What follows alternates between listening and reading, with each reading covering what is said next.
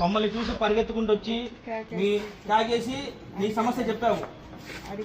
ఏంటి నాకు ఇలా బండి లేదయ్యా, మీరు చాలా మందికి తోగుడు బండి సహాయం చేస్తున్నారు కదా, నాకు కూడా ఒక సహాయం చేయండి అయ్యా అన్నాం. దేనికోసం అమ్మ అని అడిగాము. నేను ఇళ్ళ చుట్టూ పూలు అమ్ముకుంటా ఉంటాను అన్నావు. ఈ రోజు నువ్వు ఎక్కడెక్కడ అమ్ముతున్నావు ఏంటి అనేది మొత్తం మనం క్లియర్ కట్ గా చూసాము. మా టీం మెంబర్స్ కూడా నిన్ను అబ్జర్వ్ చేశారు, ఎక్కడ అమ్ముతున్నావు ఏంటి అనేది. ఏంటి వాళ్ళు వచ్చి నాకు చెప్పారు, అన్న ఫలానా చోటు ఇలా అమ్ముతుందన్న ఆమె, మనం ఆమెకు బండి సహాయం చేస్తే ఇంకా పూల వ్యాపారం రెట్టింపు చేసుకునేది అని చెప్పారు. నీకు కావాల్సిన బండి తీసుకొచ్చి మేము సహాయం చేశాము. ఈ బండి కొనడానికి రామచంద్ర అన్న అని ఆయన పేరు మీద వాళ్ళ కుటుంబ సభ్యుల పేరు మీద నీకు సహాయం చేస్తున్నాం. ఈ బండి జాగ్రత్తగా వాడుకో. ఏంటి ఇంకా నువ్వు పూల వ్యాపారాన్ని రెట్టింపు చేసుకో. నీకు ఎవరైతే సహాయం చేశారో ఆయన చల్లగా ఉండాలని దీవించు.